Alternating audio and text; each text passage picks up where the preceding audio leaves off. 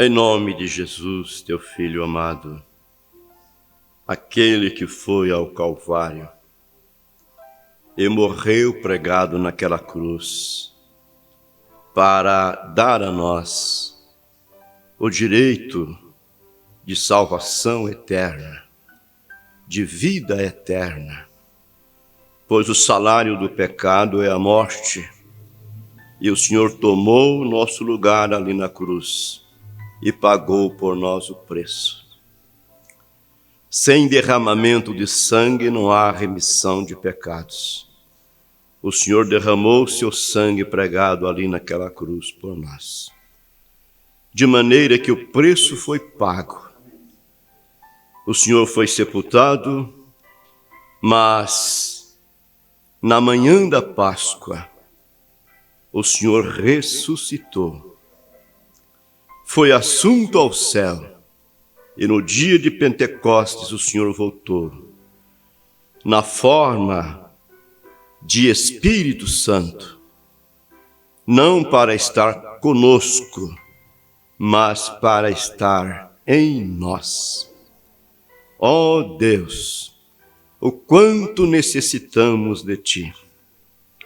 Aqui estamos nós nesta manhã, humilhados em Sua presença, sabendo que o homem é nada, mas a Sua graça, esta graça soberana que vem de um Deus que é soberano, tem nos alcançado. Obrigado, Senhor, pelo perdão dos nossos pecados. Obrigado pela a certeza da nossa salvação, mediante a fé e a revelação que o Senhor tem nos dado em Sua palavra, sabendo que o Senhor é Deus e não pode negar-se a si mesmo. E o Senhor prometeu a vida eterna àqueles que o aceitassem como seu Salvador e procurassem viver segundo a Sua palavra. Aqui estamos nós, ó Pai. Venha nos ajudar nesta manhã. O Senhor sabe, o Senhor conhece quais são as nossas necessidades. E o Senhor tem tudo preparado de antemão para dar a cada um dos teus filhos aquilo que nós necessitamos, não somente para esta vida, mas também para o nosso encontro contigo no dia da sua vinda. No nome de Jesus Cristo, eu me entrego em tuas mãos, juntamente com esta amada igreja, para o serviço do Senhor nesta manhã. Conjuramos toda a obra do inimigo e que Satanás não tenha nenhum poder sobre as propriedades do Senhor. Oramos no nome de Jesus, teu Filho amado. Amém. Bom dia com Jesus. Nós vamos tomar uma escritura, 1 aos Tessalonicenses, capítulo 5. Vamos ler apenas 2 versículos, que é o 23 e 24. 1 aos Tessalonicenses 5, 23 e 24. Queremos dar boas-vindas a todos, em nome do Senhor Jesus, e dizer que nós gostaríamos de dar um calendário a cada irmão, mas eu vacilei, achei que isso poderia estar disponível lá, né? Como as literaturas, e eu peguei apenas 15 exemplares, pensando assim em dar para os obreiros, né? Um por irmão Regis, outro por irmão Júnior, outro por irmão Anderson, por irmão Jorge. Vou levar 3 para Albiratã, 1 para Campina da Lagoa. Fiz um cálculo assim, vai sobrar algumas, a gente dá para alguém. Mas chegando aqui, parece que todo mundo ficou interessado. Aí eu liguei para Goiânia pedindo mais um pouco, liguei na gráfica. O irmão Domingo disse, olha, pastor Albertino, esgotou, não temos mais. Porque nós fazemos uma tiragem segundo a ordem do administrador, o irmão Joaquim Rodrigues. Mas liga para ele, quem sabe se ele tem algum pouco que sobrou lá. Aí liguei lá para ele, mas não tem mais. Então, ficamos devendo. Mas no ano que vem, se Deus nos der o privilégio de chegarmos até lá, aí a gente vai ficar esperto, né? Vamos fazer uma encomenda de algumas a mais. Então, a irmã Elizabeth depois vai pegar essa que está aí na mesa, viu? Essa é da irmã Elizabeth. Visto que os irmãos todos aqui têm, então não precisa ficar uma ali na igreja, não é? Cada um examina na sua casa. Arranjei uma para a irmã Maria, né, para não ficar com raiva de mim. Não ia ficar, né, irmã? Se não tivesse, eu não ia ficar. Muito bem. Aí agora eu vou levar 2 lá para Ubiratã e vou levar uma para Ivaiporã para colocar lá na igreja. Quem quiser, pega ali, dá uma olhadinha e deixa lá. Vamos ler, então, as Escrituras.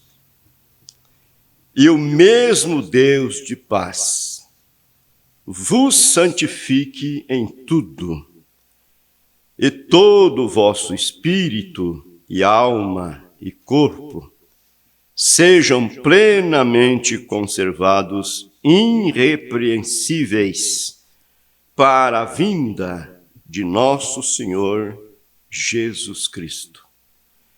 Fiel é o que vos chama, o qual também o fará.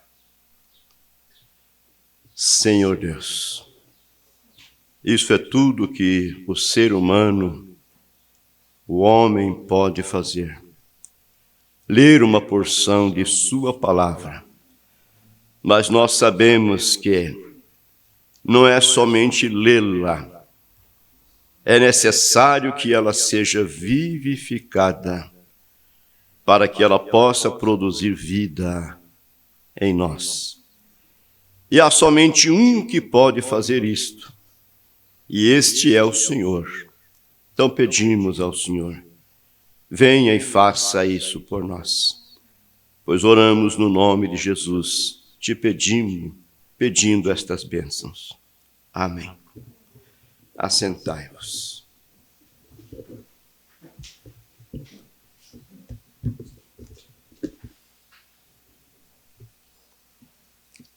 A Bíblia diz que não temos que lutar contra a carne e o sangue, mas sim contra as potestades do ar, contra os príncipes das trevas deste século, contra as hostes espirituais da maldade nos lugares celestiais. Agora, meus amados, o Senhor nosso Deus, nosso Criador, o Criador dos céus, da terra e de todas estas coisas que neles há, coisas que os nossos olhos podem verem, podem contemplar, de maneira que não há como negar. Porque você pode ver isto com seus próprios olhos. Então esse Deus, ele tem tudo preparado de antemão para dar a cada um dos seus filhos aquilo que temos necessidade, tanto para esta vida, como também para a vida eterna. Então o profeta vem e diz, se você está enfermo, a ele ouvi, pois ele é o Deus que sara as nossas enfermidades. Ele é o único Deus que tem cura, ele é o único que pode curar. O médico, através do remédio, de medicamentos, ele não cura ninguém. Toda a cura vem de Deus. O médico faz uma parte, ele compete, ele estudou a medicina, então ele pode fazer uma cirurgia, extrair uma parte que está afetada, colocar algum remedinho ali, né? Metiolate, mercúrio, que só para empalhar, né? Dá uns pontos ali, costura. Mas quando ele faz isso, você não fica curado. Remédio não constrói tecidos. A cura vem dele. Então o profeta diz, se você está enfermo, a ele ouvir. Se você tem uma necessidade, a ele ouvir.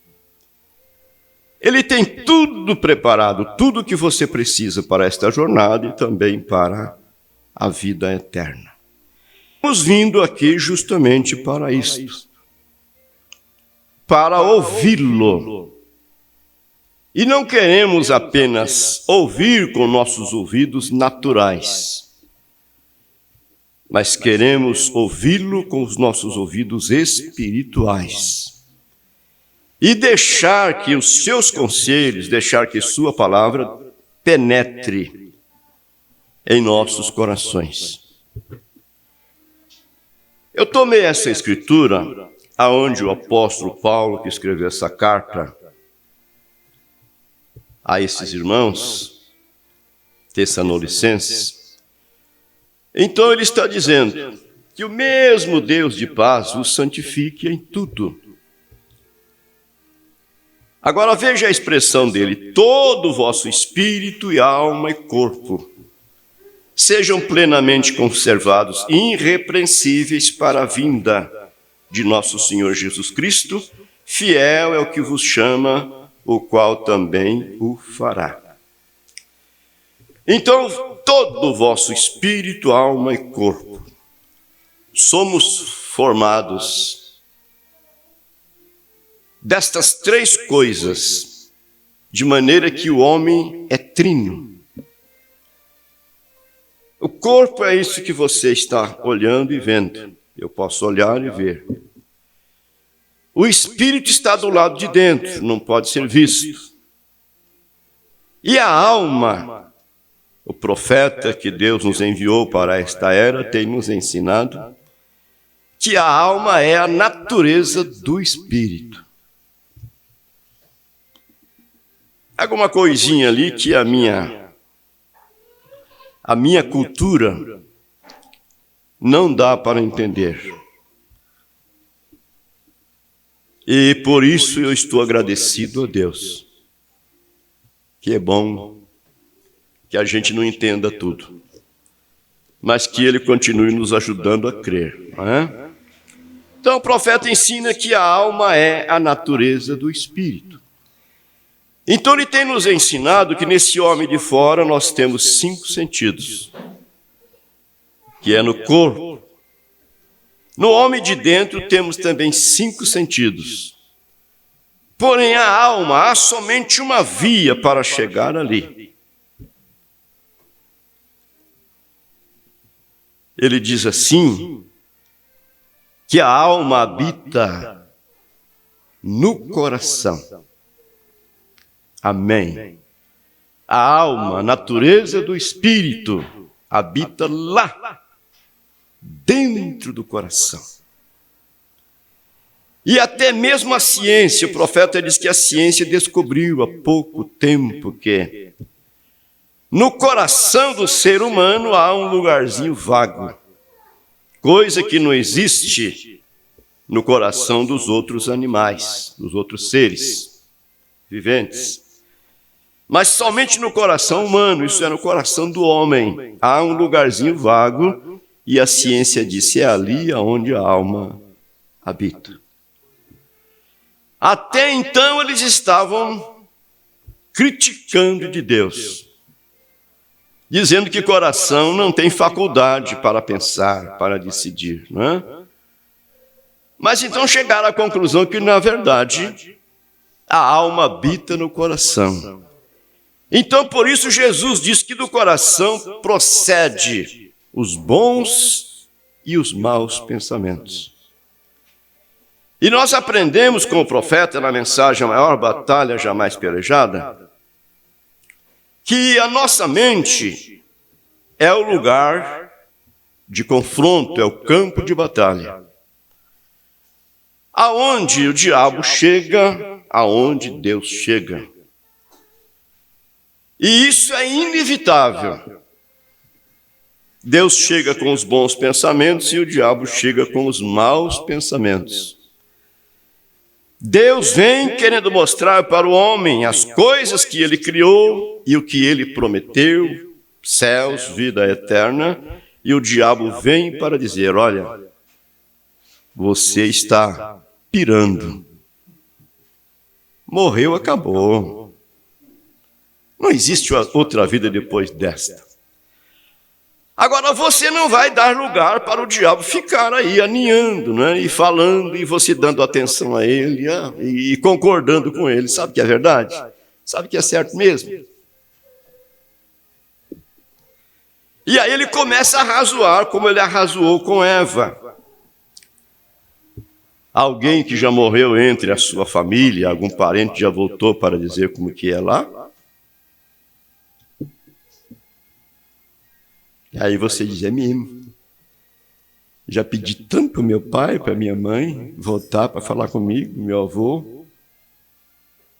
Tanto que eu gostava dele, mas não voltou a falar comigo de jeito nenhum. E ele começa a ganhar terreno.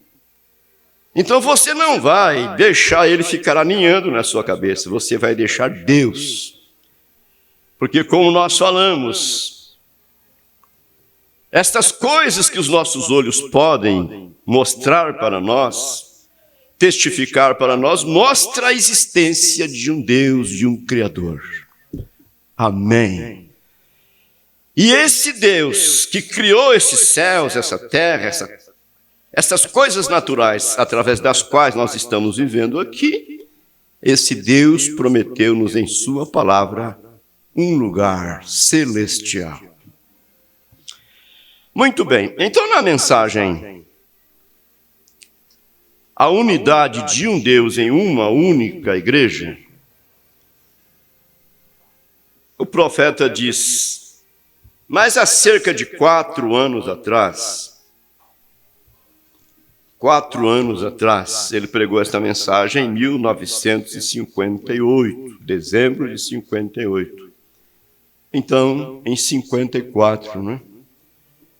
4 anos atrás, a ciência descobriu que no coração humano há uma faculdade de pensamento, há um pequeno espaço, há um pequeno lugar onde não há nem mesmo uma célula, um pequeno compartimento no coração humano. Isto não existe no animal ou em nenhuma outra vida, mas no coração humano, no coração do homem, que foi feito à imagem e à semelhança de Deus, há um pequeno lugar. E eles nunca puderam chegar à conclusão do que era aquilo. Mas, finalmente, eles disseram isto: é o lugar onde a alma habita. Amém. Agora, é seu, é uma coisa que te pertence, é propriedade sua. O seu coração, você deve zelar por ele. Você precisa zelar por ele, você tem que fazer a sua parte. É claro que temos que fazer. Agora, eu sei que existem algumas coisinhas que, mesmo você querendo usar uma chave para fechar aquela porta, não é? E manter o controle daquilo sobre o controle da situação, você não consegue. Tem certas coisinhas que você não consegue. Mas maior é o nosso Deus. Você recorre a Ele, você busca Ele. É isso? E Ele te ajuda em suas necessidades. Ele tem tudo preparado de antemão. Há pessoas que são mais nervosas, há pessoas que são mais sentimentais, e há pessoas que são mais, digamos assim, são mais maleáveis. Não é qualquer coisa que o incomoda. O irmão ontem estava pedindo oração a um neto, ou para um neto. Diz que o garoto tem 8 anos. E é muito arteiro, peralto. Mas, às vezes fala com ele, fulano, tal coisa, assim, assim. Ele não está nem aí, parece que não está nem escutando. Aí tem que falar forte, fulano! Aí ele parece que acorda, né? Então eu estava pedindo oração aqui, tem algum problema, né? Mas tem pessoas que é assim mesmo. Você fala com ela, ela não está nem aí, ela não se irrita, não fica nervosa. Faz de conta que nem ouviu aquilo, não é?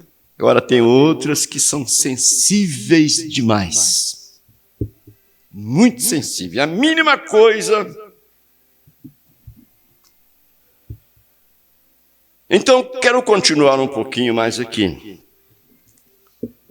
Então, o profeta está mostrando para nós que a ciência, a própria ciência, descobriu isto e afirmou este lugarzinho vago no coração do homem. E eles dizem, é ali onde a alma habita. Agora, na mensagem, estou lendo aqui, é a unidade de um Deus, parágrafo 64.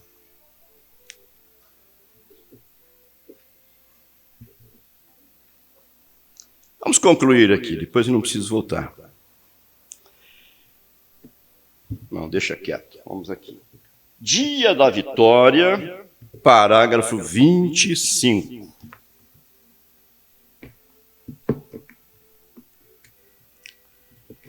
Nós já passamos, estudamos isso aqui.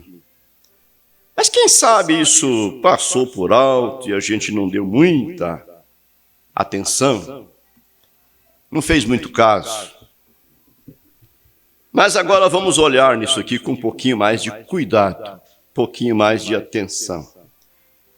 Dia da Vitória, parágrafo 25. O irmão Branham nos diz aqui que uma garota teve um problema espiritual de coração. Um problema espiritual, está escrito ali, de coração, mas nós poderíamos dizer no coração. Então ele conta que esta garota, quando tinha 12 anos de idade, ela estava numa reunião, e Deus, através do profeta, pelo discernimento, aquele dom que Deus deu a ele, disse para ela, você tem um problema no coração, e o médico te disse que você não viverá mais do que até os seus 15 anos. Ela tinha 12 anos. Mas assim diz o Senhor, você está curada. E ela nunca mais sentiu nenhum problema. Porém, agora com 23 anos de idade, agora estava enferma do coração novamente, com um problema espiritual de coração. Difícil de entender, né? Mas é justamente ali no coração, é onde está a entrada e a saída da vida. Não é aqui na cabeça. Vamos ouvir o profeta? Eu disse parágrafo 25, é isso. Uma jovem moça, ontem à noite, em uma entrevista, ela é filha de um ministro, havia tido algum tipo de um pequeno namoro, agora com idade de 23 anos, não é? E ela perdeu sua cabeça a respeito disto. Deixou aquela coisa descer, aninhar. Que isso é o que o diabo quer. Esse é o trabalho dele.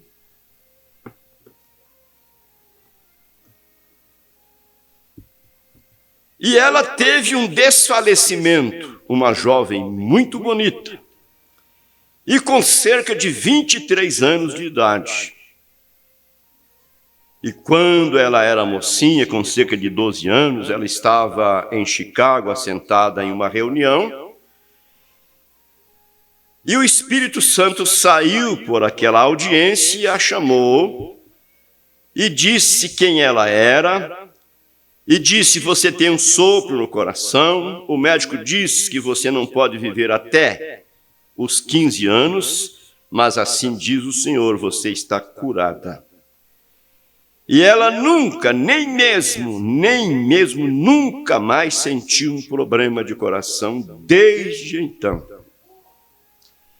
E ontem à noite ela teve um tipo diferente de problema cardíaco, que é problema de coração.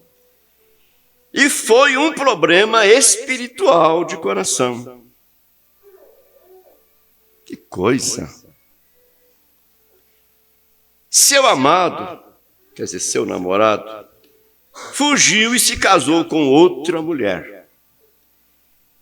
E este rapaz lhe disse que ele ainda estava apaixonado por ela, brincando com o sentimento dos outros. Se ele verdadeiramente estivesse apaixonado por ela, ele não teria fugido e casado com a outra. Não é verdade? Que tipo de amor é esse? Isso é hipocrisia. E esse rapaz lhe disse que ele ainda estava apaixonado por ela. E seu pai havia motivado aquilo. Tem certos tipos de conselho, de orientação, que às vezes causam mais problemas, ajuda a ampliar mais o problema de que aliviar aquilo, de que diminuir aquela carga. Veja, seu pai havia motivado aquilo. O profeta não explica como, mas aí você deduz, né? A sua maneira e eu deduzo a minha maneira. Não para ensinarmos uns para os outros, mas para termos experiência consigo mesmos. E eu disse, o profeta disse, ó tolice. Quem sabe o pai dela disse, olha querida, é o seguinte, olha, ele fugiu com ela, ele casou com ela, mas ele foi iludido, ele ainda vai voltar para você. Então o profeta disse, tolice, ó tolice, bobagem, não é? Ele não tinha que se casar com outra garota. Ele fez isso porque ele falhou em ter o tipo correto de amor por você. É exatamente isso. Simplesmente, somente isso. Casou com a outra porque não tinha amor suficiente por você. E agora fica aí, dizendo, não, eu continuo te amando, né? Estou apaixonado por você. Olha, não vai namorar outro, não, e nem casar com outro, não, viu? Me espera que um dia eu volto. Em outras palavras. Mas veja, estando toda envolvida naquilo, a garota se assentou ali como que tão deprimida que ela disse, ó, eu sei que o Johnny me ama. Eu sei que ele gosta de mim. Vem. E isso é tudo que ela podia ver. Não podia ver outra coisa além daquilo. Sendo ela uma jovem de 23 anos, ora, poderia pensar, Deus vai me preparar um outro rapaz que verdadeiramente me ame, eu vou me casar e vou ser feliz. Mas ela não podia ver algo além daquilo, ficou ali. O profeta diz, ela vivia naquele pequeno mundo consigo mesma. E ela se moldou ali. E eu tomei a sua mão e eu disse: ouça-me. Lá na entrevista, pegou na mão dela e quem sabe deu um negócio assim para despertar, chamar a atenção, né? Ouça-me. E o Senhor me mostrou uma visão. Vê você? Aleluia. Que coisa boa, não é? Ter segurança, ter uma direção de Deus, saber que está dizendo a do Senhor.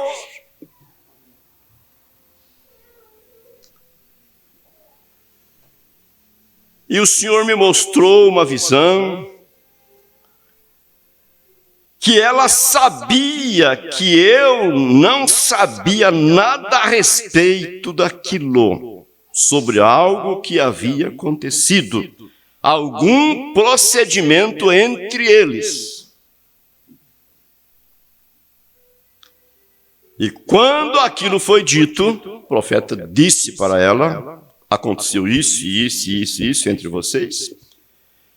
Quando aquilo foi dito, aquilo a atingiu rapidamente. E eu disse: agora, quando você saiu dali, daquele lugar onde você se encontrava, não é?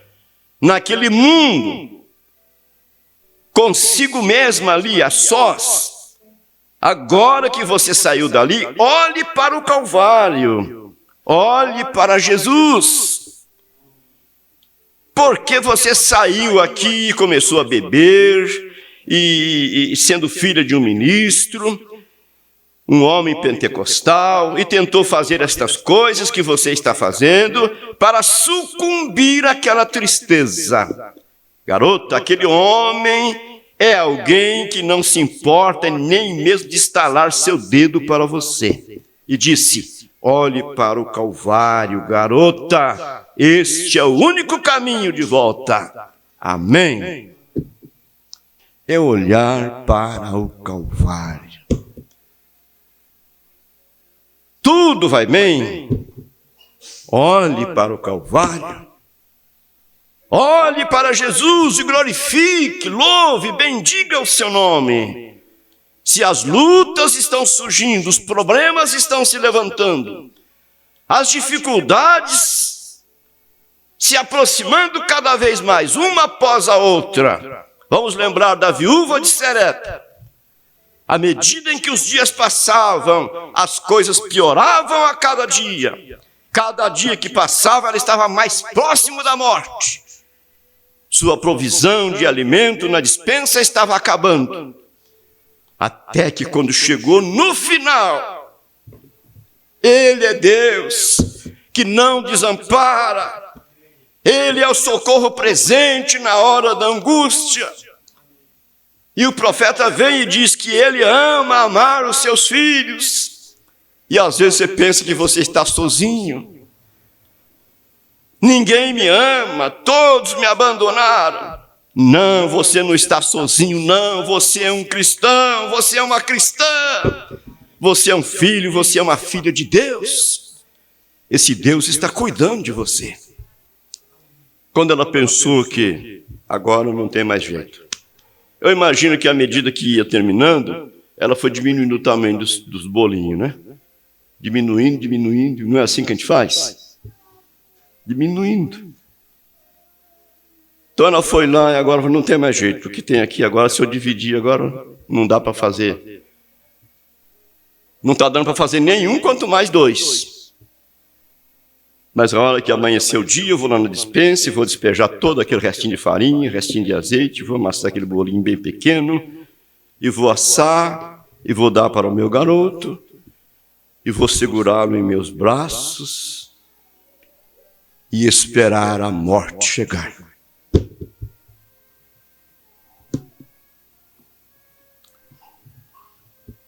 Mas Deus, provedor, colocou o profeta Elias no caminho ao encontro dela. Irmãos, Ele é o mesmo Deus. Não desespere.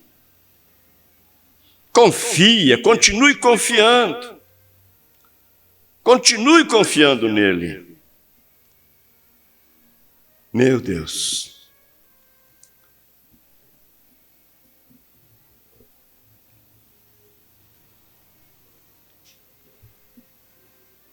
Então, o profeta disse: temos que focalizar o Calvário. Temos que focalizar a nós mesmos. Quer vivamos ou morramos, é o Calvário, é Cristo. Sem Ele, o que é que você pode fazer? O que é que nós podemos fazer? Dá para fazer alguma coisa sem Ele? Claro que não.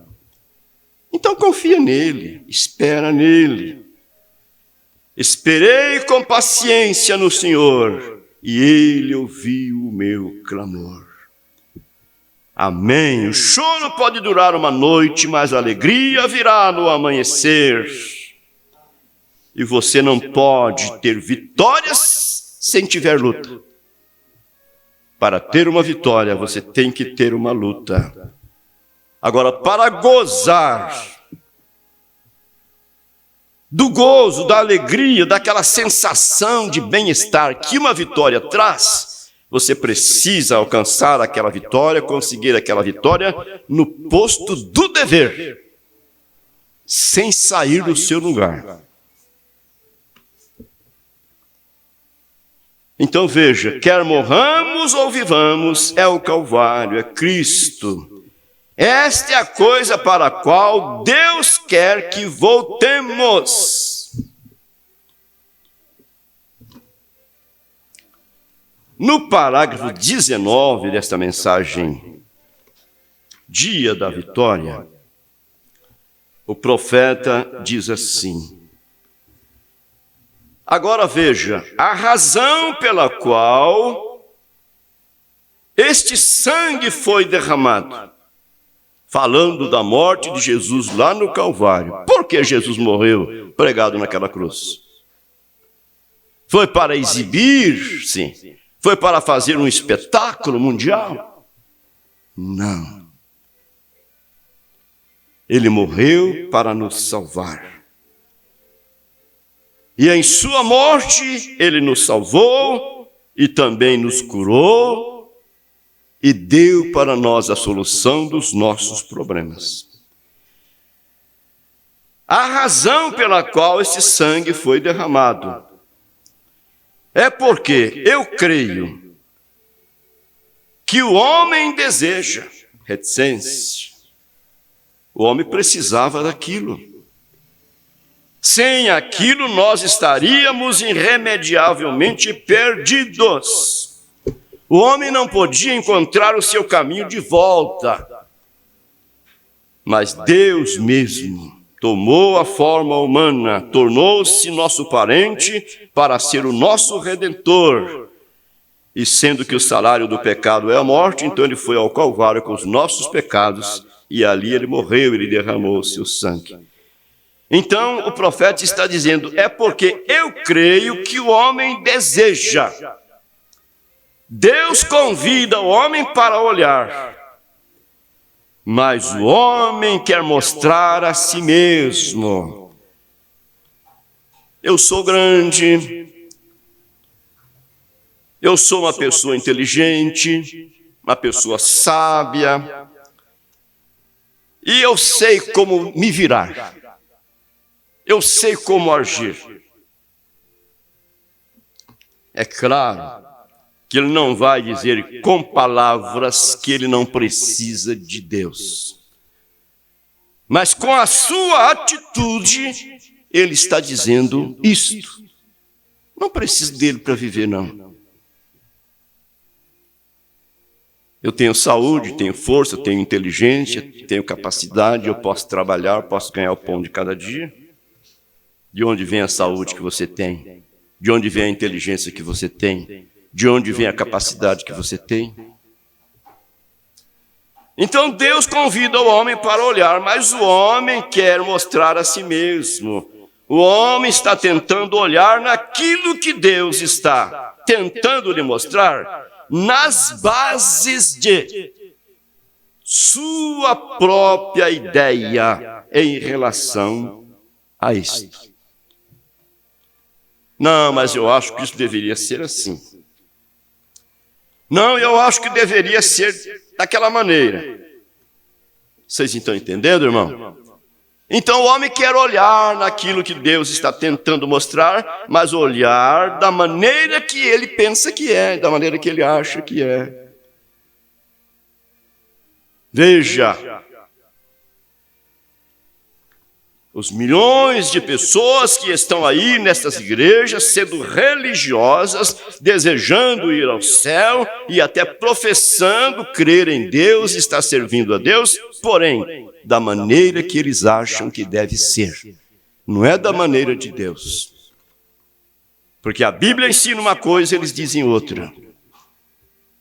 Olha, Paulo está dizendo, e todo o vosso espírito, alma e corpo seja plenamente irrepreensível. E eles estão dizendo, não, Deus só quer o coração. Esse problema aí, a maneira da mulher se vestir, cortar o cabelo e usar essas pinturas, essas coisinhas, isso não é problema não. Deus está olhando para o coração, mas a Bíblia está dizendo que Deus quer tudo irrepreensível.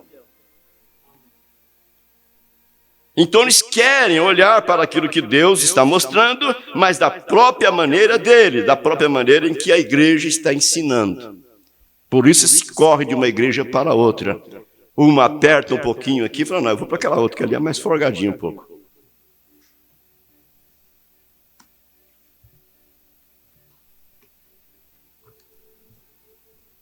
Tem alguém que chegou a uma conclusão tão funesta, que diz que Deus está aí, rapaz. Deus está aí em todos os lugares. Deus está vestido de shorts e tudo mais aí.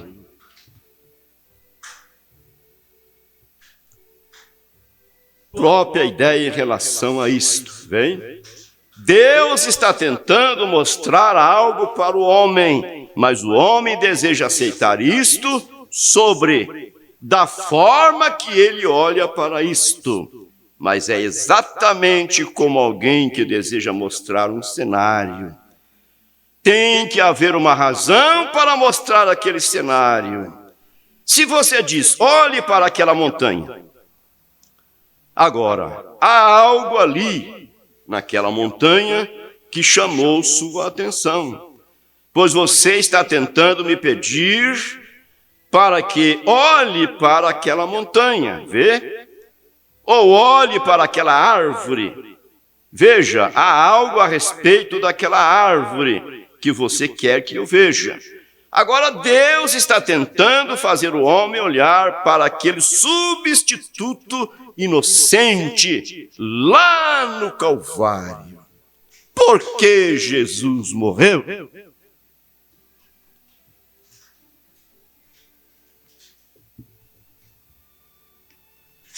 Meu Deus, se ele tivesse apenas morrido e permanecido na sepultura, então as nossas esperanças haviam se desvanecido. O diabo ganharia terreno, mas na verdade ele morreu, foi sepultado, mas ele ressuscitou como ele prometeu. Aleluia! Trazendo para nós a evidência de que um homem pode viver mesmo depois de estar morto. Se o grão de trigo cair na terra e não morrer, ele fica só. Mas se ele morrer, ele vai produzir muitos frutos. Falando de si mesmo. Ele fez isso por você. Ele fez isso por mim. Ele fez isso por nós. Não porque nós merecemos, mas porque Ele é um Deus bom, um Deus misericordioso. Então veja, o homem deseja olhar para isso de sua própria maneira. Ele não quer ver o que Deus está tentando lhe mostrar neste substituto inocente. Portanto, isto é o que causou o problema. E então, quando o homem o faz, como foi? Apanha o binóculo para ver uma longa distância, para ver o que Deus está tentando lhe mostrar, ele falha em focalizar corretamente o seu binóculo. Ô, irmão Brano, por que o senhor está falando em parábola desta maneira? Diz que alguém está mostrando uns animais a uma longa distância. Aliás, mostrando um animal. E ele pegou o binóculo e olhou e viu 3 lá. 3 antilopes. Mas depois ele ajustou o foco do binóculo e olhou e viu que era um só. Só tinha um. Então estão querendo olhar para aquilo que Deus está chamando a atenção do homem. A alma do homem tem sede de Deus. Mas eles pegam o binóculo da igreja, do credo religioso, ao invés de pegar a Bíblia, a palavra de Deus, e olhar para aquilo que Deus está mostrando através de sua palavra. Eles olham com o binóculo da igreja, e aí eles veem 3 pessoas formando um Deus. É isso. É simples demais. Mas é a verdade. Como são iludidos.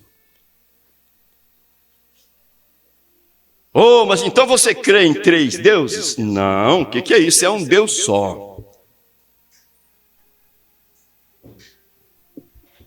O Pai, o Filho e o Espírito Santo.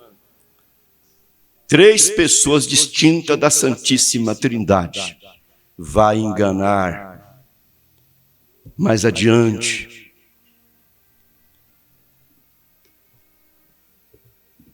Três pessoas distintas na Santíssima Trindade. Mas 3 pessoas distintas, sim. Quantos Deus? Um só. Olha, mas então qual dos 3 é Deus? Qual os outros 2 que não é? Não, todos 3 é Deus. O Pai é Deus, o Filho é Deus e o Espírito Santo é Deus. Então é 3 deuses. Não, é um Deus só com 3 pessoas. Pronto, e as pessoas ficam embriagadas aí. É mesmo. Mas toma o binóculo de Deus, toma a Bíblia, para ver o que ela diz. Ela mostra que o Pai de Jesus é o Espírito Santo. Ele foi gerado por obra e graça do Espírito Santo. E esse Espírito Santo gerou esse corpo no ventre da Virgem e depois veio e habitou nesse corpo. Jesus disse: o Pai que está em mim é quem faz as obras. Não crês tu que eu estou no Pai e o Pai está em mim? O Pai que está em mim é quem faz as obras. De que jeito o Pai estava no Filho? Uma pessoa dentro da outra? O Pai sendo Espírito morando no Filho, que era o corpo que foi gerado no ventre da Virgem, chamado Jesus, realizando a sua obra aqui na face da terra. É simples demais, é muito fácil de ver, é só olhar através do binóculo de Deus. Meu Deus.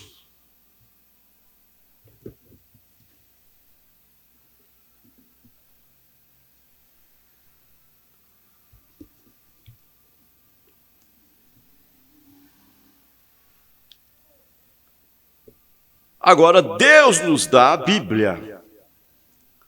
Agora, a Bíblia é a palavra e a palavra é Deus. Então, nosso binóculo é isto. Nossas lentes são isto. Mas agora, quando vamos olhar na Bíblia e vemos 4 ou 5 diferentes formas, bem, é necessário um ajuste. Esse ajuste se faz, sabe como? Não é isolando um versículo. Vamos colocar a Bíblia em harmonia. Vamos pegar pelo menos 2 ou 3 referências. Se ficamos somente com São Mateus 28, 19, Jesus mandou batizar em nome do Pai, do Filho e do Espírito Santo. Está escrito, São Mateus 28, 19. É verdade. Mas vamos para as referências. Para começar, quando Jesus deu aquela ordem, ele falou com quem? Falou com os discípulos. E o que foi que eles fizeram? Siga as referências. Vamos lá para Atos 2:38. De que maneira eles batizaram? No nome do Senhor Jesus Cristo. Estavam eles errados? Pode que esteja errado para alguns que têm o binóculo desfocalizado. Mas a Bíblia diz que Pedro estava cheio do Espírito Santo. Amém.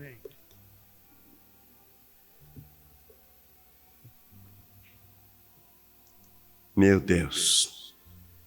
Então o nosso binóculo é isto. Temos que trazer a coisa ao ponto onde vemos um propósito solene para Deus. Mas o homem deseja começar uma nova igreja e corre para esse lado. Aí o outro, não, aqui está um pouquinho errado, vou fazer uma outra. E corre para aquele outro lado. Meu Deus. O profeta disse, eu penso que posso ser um sujeito maior do que ele, então eu vou fazer uma outra organização. Então eu começarei aqui. E nós educaremos melhor os nossos garotos, e nós fazemos isso, e assim por diante.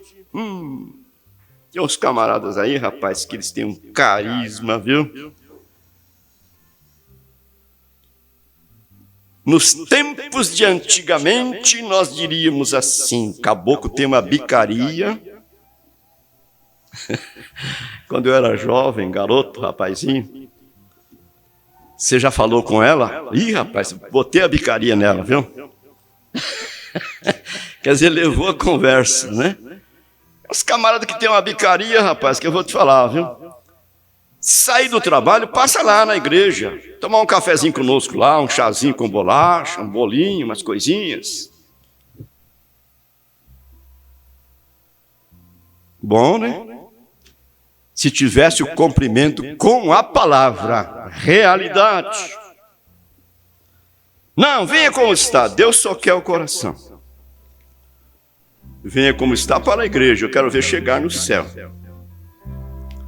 Que Deus tenha misericórdia de todos nós. E faremos isso e assim por diante. Vejam, eles falham no ajuste das lentes. Deus quer que eles vejam uma coisa, e esta é o sangue inocente que foi derramado lá no Calvário pelos nossos pecados. É exatamente isto. Esta é a coisa verdadeira. Nós não precisamos de uma organização. Eu não tenho nada contra elas, disse o profeta. Mas o estrago que elas fazem ao tirar as pessoas fora do quê? Fora da palavra, fora do caminho. O estrago que elas fazem ao tirar as pessoas para fora e separar a fraternidade de coisas. Mas precisamos apenas de olhar para uma coisa, e esta é o nosso substituto. E isto é correto. E este substituto é o Senhor Jesus Cristo. Amém. Concluindo, o irmão Branham nos convida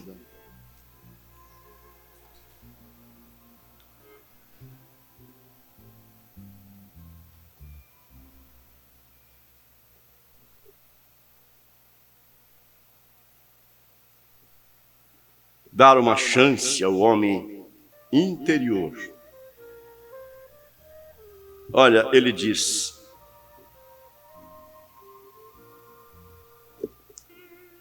veja, esta é a primeira coisa que é apresentada. E ao invés de ajustar o foco para saber o que é o amor fraternal, que devemos ter um pelo outro, e compreender um ao outro, e amar um ao outro, e adorar um com o outro, ao invés de fazer isto, ajustar o binóculo para ver isto, eles desprezam um homem por causa das roupas que ele usa, ou a educação que ele possui, ou a cor de sua pele, ou algo assim. Aquilo, consequentemente, separa o povo, e o homem vai após aquilo. Falando em focalizar o binóculo, como ele está dizendo aqui, ajustar o foco para saber o que é o amor fraternal que devemos ter de um para o outro, compreender um ao outro, amar um ao outro e adorar um com o outro. Quem sabe nós precisamos de apanhar o nosso binóculo, que é a palavra de Deus, e fazer um ajuste nestas lentes. Ajustar um pouquinho estas lentes. Lembrando que o profeta nos ensina que não são as grandes coisas que fazemos, mas às vezes as pequenas, as pequenininhas, que omitimos, que deixamos sem fazer.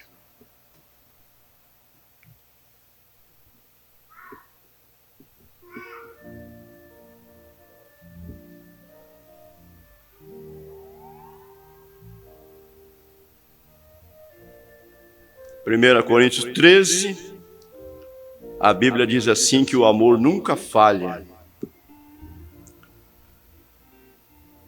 O amor nunca falha, a caridade.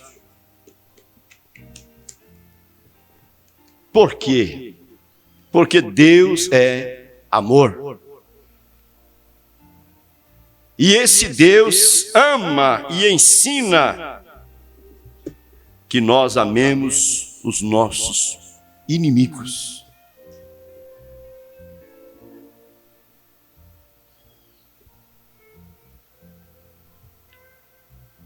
Agora, quanto mais os nossos domésticos da fé, quanto mais os nossos irmãos na fé,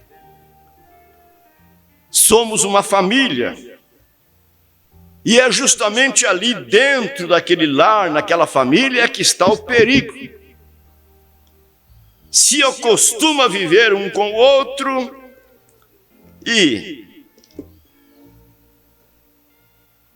quando menos espera, está tratando um ao outro com tanta gentileza, hein?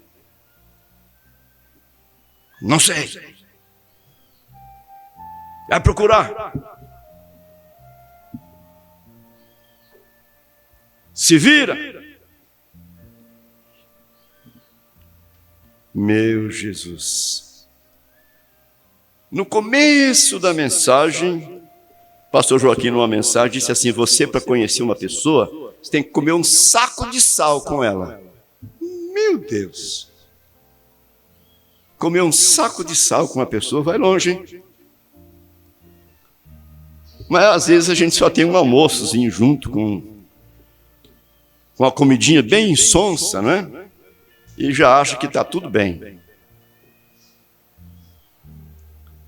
Precisamos lembrar que somos membros do mesmo corpo, e que somos seres humanos, e que temos um coração, e que esse coração há sentimento nele.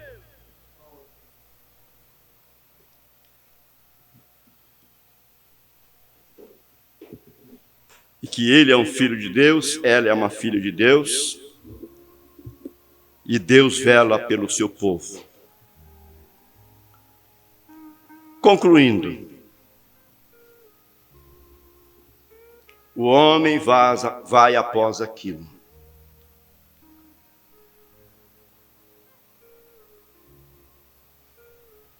Desprezam por causa da roupa que ele usa, por causa da educação que ele tem, por causa da cor da pele. E, consequentemente, o homem vai após aquilo. Isso nunca dá uma chance ao homem interior para operar.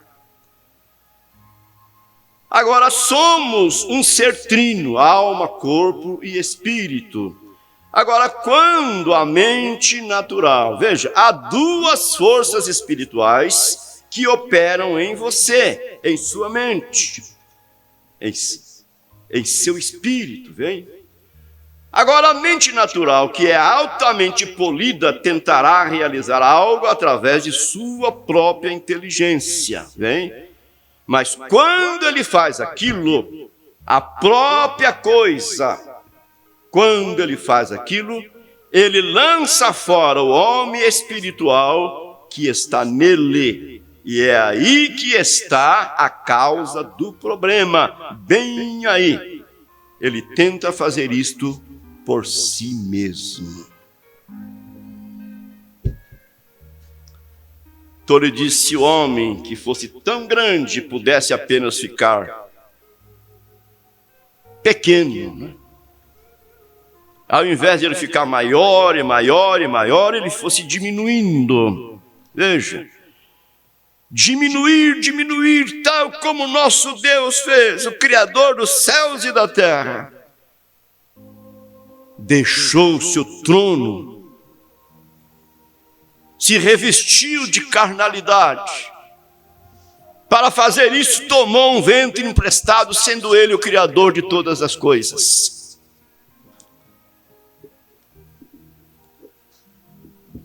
Meu Deus! Como é que foi a saudação do Espírito Santo a Maria? Se lembra? Salve, agraciada! É isso aí, salve, agraciada! Bendita és tu entre as mulheres. De onde me vem essa saudação? Maria, estou precisando de você para um serviço. Estou precisando de um ventre emprestado. Oh Deus! Lá estava esse Deus Criador, nascido em uma manjedoura. Jeová chorando, como as demais criancinhas choram.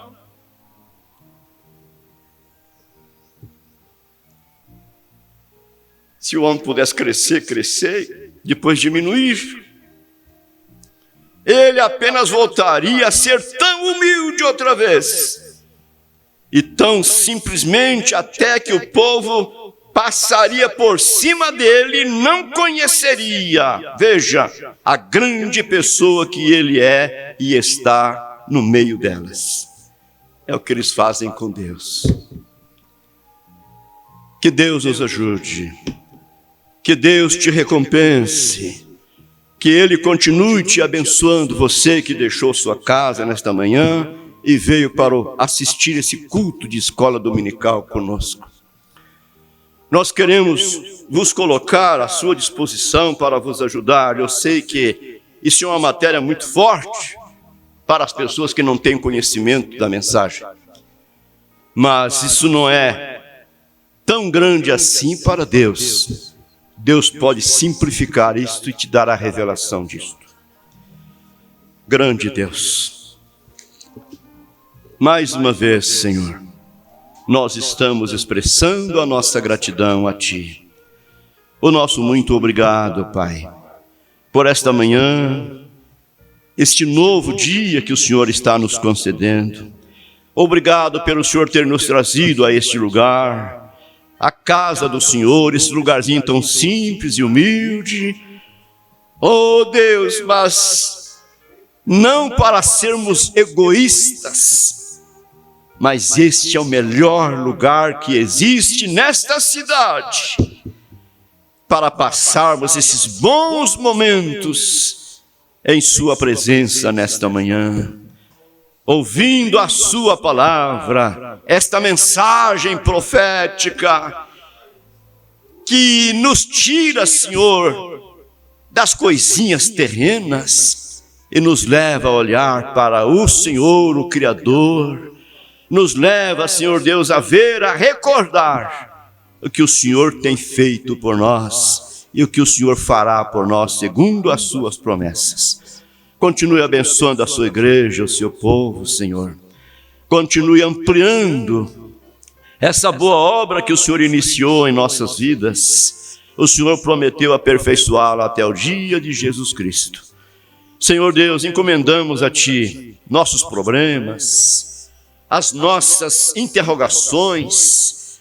Oh Deus, aquilo que nós não entendamos, nós encomendamos tudo e deixamos tudo nas mãos do Senhor. Pois o Senhor é aquele Deus que tudo pode.